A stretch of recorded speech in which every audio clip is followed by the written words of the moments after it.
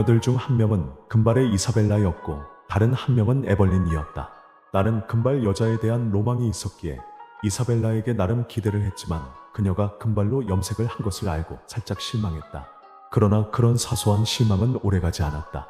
세 명이 함께한 시간은 점점 더 자유로워졌고 그녀들의 자유로운 성문화를 그대로 느낄 수 있었다. 특히 이사벨라는 작은 체구에도 불구하고 매우 열정적으로 시간을 즐겼고 에벌린은 좀 더 조신한 면모를 가지고 있었지만 그녀 역시 즐길 줄 아는 여자였다. 모든 행위는 그녀들이 주도했고 나는 자연스럽게 따르기만 했다. 그럼에도 불구하고 그 시간은 내가 이전에 경험해보지 못한 희열과 기쁨으로 가득 찼다. 안녕하세요. 오늘은 은호의 아내인 제니의 소개로 만난 제니의 직장 동료 2명과의 경험담을 이야기를 들려드리려 합니다. 나는 은호의 아내인 제니와 가끔 만남을 가지면서 지냈다. 제니는 비행 승무원으로 내 출장 일정과 그녀의 도착지가 겹치면 그곳에서 우리는 만나서 뜨거운 시간을 보내곤 했다. 물론 은호와 은서도 그 사실은 알고 있다. 우리 두 부부는 비밀이 없이 지내는 사이로까지 발전을 한 것이다. 하지만 어느 날 제니가 나에게 연락을 해서는 하는 말이 이번엔 시애틀로 가는 비행 스케줄이 나왔으니 나더러 시애틀로 와줄 수 있냐고 물어봤다. 그녀는 이번에는 정말 재미있는 일이 있을 테니 출장 예정이 없어도 무조건 시애틀로 와달라고 부탁을 했다. 내가 도대체 무슨 재미있는 일이냐고 물어보니 그건 비밀이라며 단지 내가 올 수 있는지 여부만 알려달라고 했다. 그리고 이번 일은 나를 위한 깜짝 이벤트이니 은호와 은서에게는 당분간 비밀로 해달라는 당부까지 했다. 그러면서 시애틀에 오면 엄청 재미있는 일이 있으니 기대를 하고 와도 좋다고 했다. 약간 이상한 생각이 들었지만 제니가 평소에 은호와 은서에게 속이는 일이 없는 사람임을 알았기에 나는 그녀가 원하는 대로 두 사람에게는 이번에 시애틀에 새로운 거래처 상담이 있어서 출장을 다녀와야겠다고 거짓말을 했다. 그리고 제니의 비행 일정에 맞춰 시애틀로 떠났다. 시애틀은 내가 미국에서 살면서도 한 번도 가보지 않은 도시였다. 모든 것이 어색했다. 제니가 알려준 호텔에 도착해 쉬고 있던 중 그녀로부터 연락이 왔다. 지금 호텔 라운지바에 있으니 올라오라는 메시지였다. 내가 묵고 있는 호텔은 제니가 승무원들과 함께 묵는 곳이 아니었기에 조금 의아했다. 라운지에 올라가 제니를 찾으니 그녀는 2명의 여성과 함께 나를 반겼다.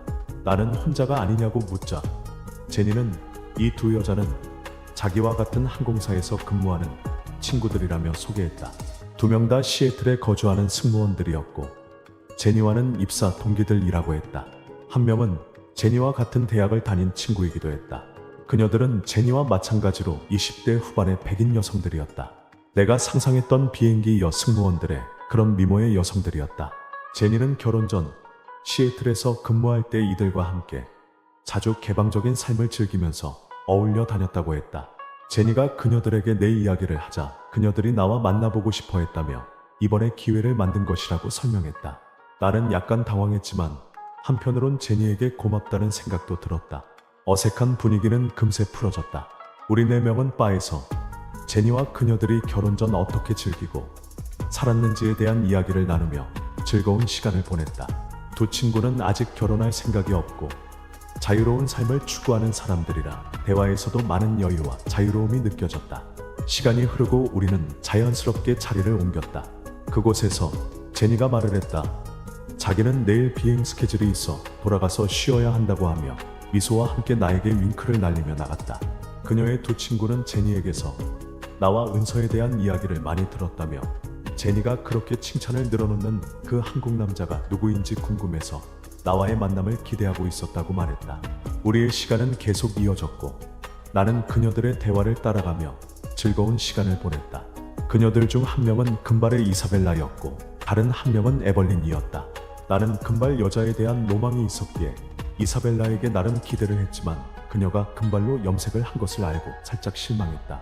그러나 그런 사소한 실망은 오래가지 않았다. 3명이 함께한 시간은 점점 더 자유로워졌고 그녀들의 자유로운 성문화를 그대로 느낄 수 있었다. 특히 이사벨라는 작은 체구에도 불구하고 매우 열정적으로 시간을 즐겼고 에벌린은 좀 더 조신한 면모를 가지고 있었지만 그녀 역시 즐길 줄 아는 여자였다. 모든 행위는 그녀들이 주도했고 나는 자연스럽게 따르기만 했다. 그럼에도 불구하고 그 시간은 내가 이전에 경험해보지 못한 희열과 기쁨으로 가득 찼다. 우리는 달리고 쉬고를 반복하며 시간을 보냈고 웃음과 농담이 오가는 사이 시간 가는 줄 모르면서 즐겼다. 내가 잠시 숨을 고르고 있는 동안에 이사벨라가 나한테 물어봤다. 자기는 지금 내가 사는 곳으로 비행 스케줄이 없는데 근처 도시에 스케줄이 잡히면 그곳에서 자기를 만나줄 수 있냐며? 나는 물론 만날 수 있는데 그때는 은서와 함께 나가겠다고 했다. 이사벨라도 좋다고 했다.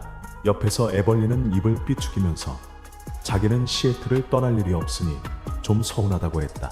그녀는 요즘은 지상 근무만 하는 시기라 항상 시애틀에서만 근무를 한다고 했다. 나는 나중에 은서와 함께 놀러 올 테니 그때 만나자고 후일을 기약했다. 이사벨라는 미국 여성답지 않게 작은 체구였지만 다리가 길어서 엄청 섹시하게 보였다. 그녀의 승무원 유니폼이 모습을 못 본 것이 아쉬웠다. 한편 그 시간 제니는 우리만 소개시켜주고 자기 숙소로 돌아가 내일 있을 비행 때문에 휴식을 취하고 있었다.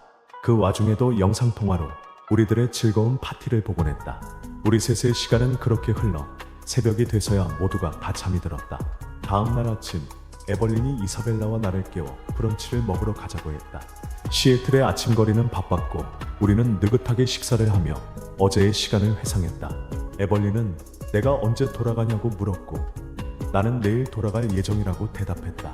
그러자 에벌린은 이사벨라에게 이사벨라는 내일 비행 스케줄이 있으니 오늘은 자기가 나한테 시애틀의 밤을 구경시켜 주겠다고 했다.